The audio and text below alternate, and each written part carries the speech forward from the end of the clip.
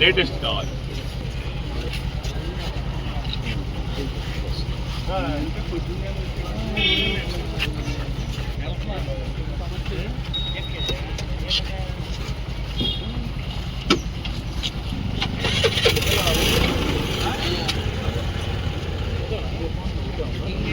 September 19వ తారీఖున private medical కాలేజీలకి ఏదైతే ఆంధ్రప్రదేశ్ రాష్ట్రంలో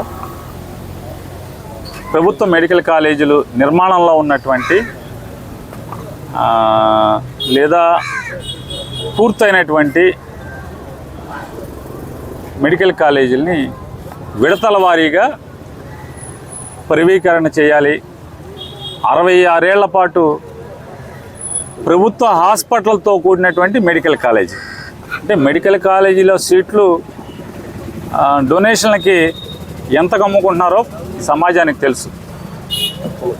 ఎంబీబీఎస్ సీటు ఎన్ని కోట్లకు అమ్ముతున్నారు, పీజీ సీట్లు ఎన్ని కోట్లకు అమ్ముతున్నారో ప్రతి ఒక్కరికి తెలిసిందే. ప్రభుత్వ ఆసుపత్రిని ఆధారం చేసుకుని ఏర్పాటైనటువంటి మెడికల్ కాలేజీని అంటే సీట్లు అమ్ముకుంటాకి అలాగే హాస్పిటల్ను కూడా 60 ఏళ్ల పాటు దారాదత్తం చేసేటువంటి ఒక కార్యక్రమాన్ని తెలుగుదేశం ప్రభుత్వం మొదలుపెట్టంగానే దానిలో భాగంగా ఒక రాజకీయ పార్టీగా ఒక ప్రజా సంఘంగా ప్రజల ఆస్తుల్ని ప్రైవేటుకు దారాదత్తం చేస్తున్నటువంటి తప్పుడు ఆలోచనల్ని నిరసిస్తూ మెడికల్ కాలేజీ వరకు శాంతియుతంగా వెళ్ళి అక్కడ మా నిరసన తెలియజేయాలి. కాలేజీలోకి వెళ్లకుండా కాలేజీ బయటే చేయాలి. తద్వారా ప్రభుత్వానికి మా నిరసన తెలియజేయాలని చెప్పిన ఒక రాజకీయ పార్టీగా ప్రజా సంఘంగా కార్యక్రమాన్ని ఏర్పాటు చేస్తే అది విచిత్రమనాలా, దురదృష్టమనాలా, హాస్యాస్పదం అనాలా? తెలుగుదేశం పార్టీ ప్రభుత్వంలోకి ఎక్కిన దగ్గర నుంచి 365 రోజులు సెక్షన్ 30 పోలీసు చట్టం అమల్లో ఉంటాం.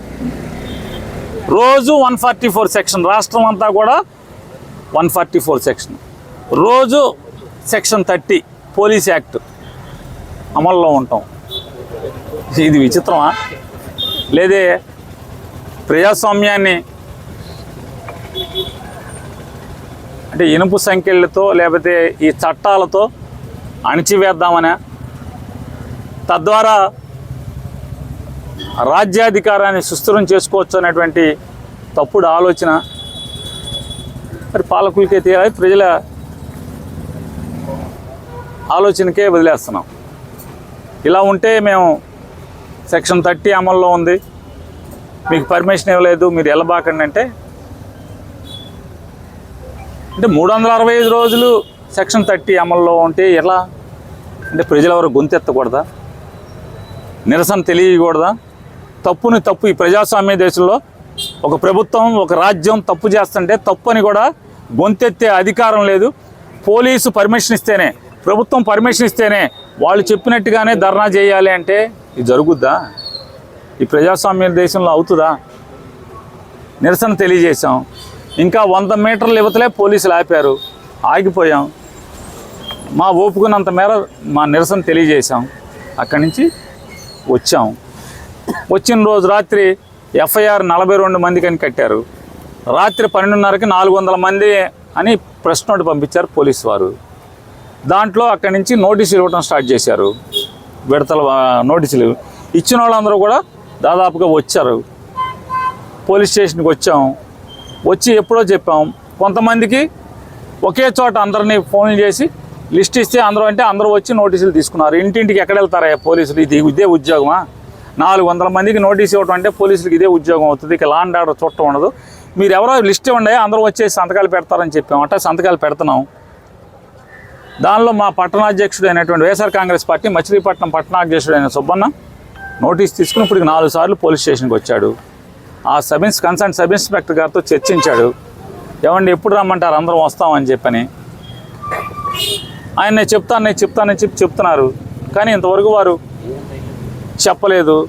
చెప్పకపోగా ఇవాళ సడన్గా మా నోటీసు తీసుకుని కూడా చట్టాన్ని ధిక్కరించి మాకు వచ్చి కంప్లై చేయలేదు కాబట్టి అని చెప్పని పొద్దున్నే నిన్నటి నుంచి కవర్ చేస్తున్నారు. ఒకసారి మాట్లాడాలరా, ఒకసారి పర్సనల్గా మాట్లాడాలరా అని చెప్తున్నారు. కాదండి, మా మేనగోళ్ళ పెళ్ళి ఉంది, మా బావ లేడు, తోబుట్టు ఒక్కతే, తండ్రి లేని పిల్ల, పెళ్లి చేయాలి, మేము మేనమావలు ఇంకెవరు లేరని చెప్తున్నారు. అయినా సరే ఈ కేసు స్టేషన్కి సంబంధం లేనటువంటి ఒక సిఐ గారు రా ఒకసారి నీతో పర్సనల్గా మాట్లాడాలంటే, ఏంటి పర్సనల్గా మాట్లాడాలంటే ఏమన్నా మా పిల్లకి ఏమైనా సంబంధం చూస్తున్నాడా, లేకపోతే మా మేనగోళ్ళ పెళ్ళికి ఏమైనా సాయం చేస్తాడా, ఏంటి ఎందుకు అని వెళ్ళాడు. ఈయన వెళ్తే కూర్చోబెట్టి పై ఆఫీసర్ల దగ్గరికి వెళ్ళి కూర్చొని మాట్లాడుకుంటున్నారు. గంటలు అవుతున్నాయి. ఇంట్లో ఆడవాళ్ళు ఫోన్ చేస్తున్నారు, భార్య పిల్లలు. మా నాన్న పొద్దున్నే సిఐ గారు ఫోన్ చేస్తే వెళ్ళాడు, ఇంతవరకు రావట్లేదు, పెళ్లి పనులు ఏం చేయాలో అర్థం కావట్లేదు అయ్యి అని చెప్పని స్టేషన్కి వచ్చాం.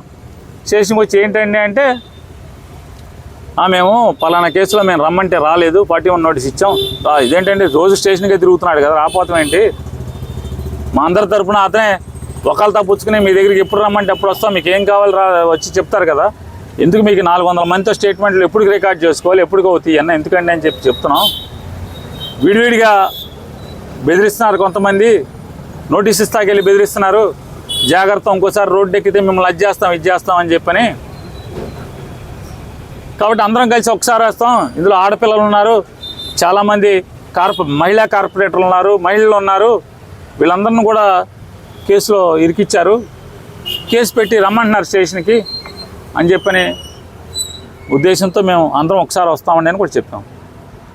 కానీ అది చెప్పకపోగా ఇవాళ సడన్గా మా నోటీసుని ధిక్కరించాడు కాబట్టి మేము అరెస్ట్ చేస్తామని చెప్పని తీసుకున్నారు. మేము వచ్చి అడుగుతుంటే పోలీసు మీద గట్టిగా మాట్లాడతారా అంటే వాళ్ళు ఏమైనా మాట్లాడచ్చు, వాళ్ళు మమ్మల్ని బెదిరించవచ్చు, చట్టాన్ని ఇష్టం వచ్చినట్టుగా మలుచుకోవచ్చు. స్టేషన్కి వస్తే అంటే పోలీసు కదా, మేము కొల్లు రవీంద్రకి అనుకూలంగా పనిచేస్తే అతను కాసుకుంటాడు, మమ్మల్ని ఎవరేం చేయలేరు అనేటువంటి అహంభావం ఉండొచ్చు.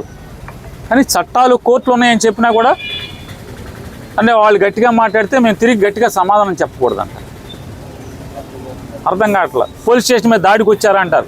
మీరు పొద్దున్నే మాట్లాడుకుందాం రా, నీ వ్యక్తిగతంగా నీతో చాలా విషయాలు మాట్లాడుకోవాలి, నీకేదో అది చేయాలి ఇది చేయాలని చెప్పి సాయం చేయాలని పిలిచి, సాయం చేయాలంటే ఏమనుకుంటారు, ఫ్రెండ్షిప్ మీద రమ్మంటే వచ్చాడు, మీరు అరెస్ట్ చేసి తెచ్చి వచ్చారనుకోండి వేరుగా ఉంటుంది, లీడర్లు వస్తారు.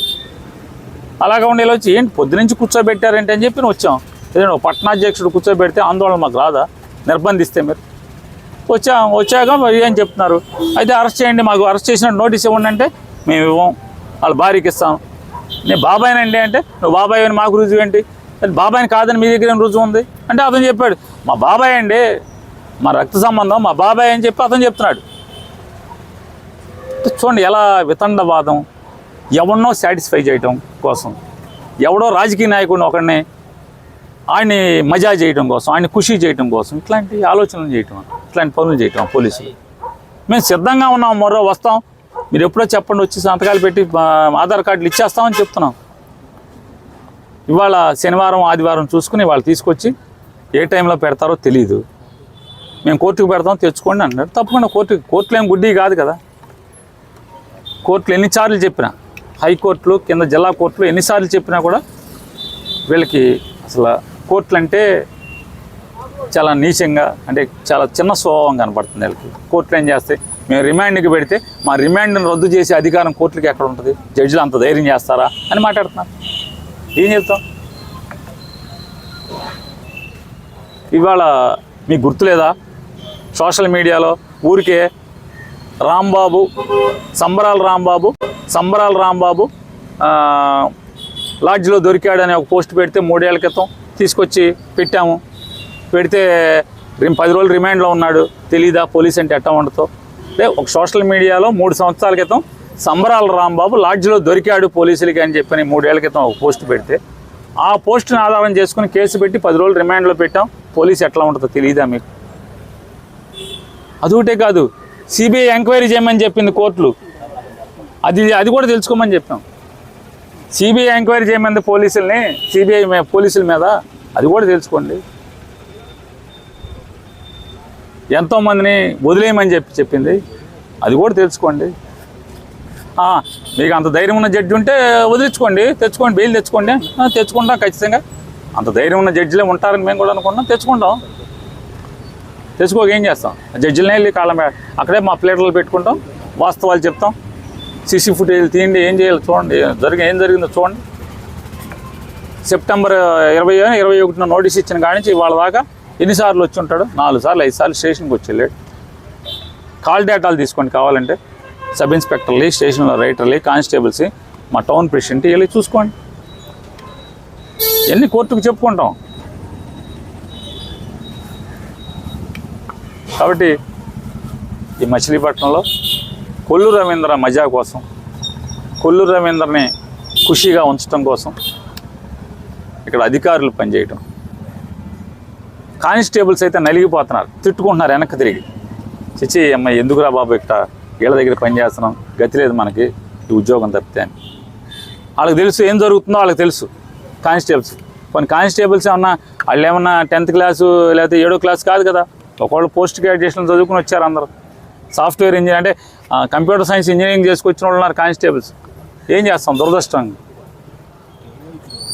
అవకాశం రాక కానిస్టేబుల్స్కి ఉండిపోయారు. కానీ అంతరాత్మ చెబుద్ది కదా, అందరూ బాధపడుతున్నారు.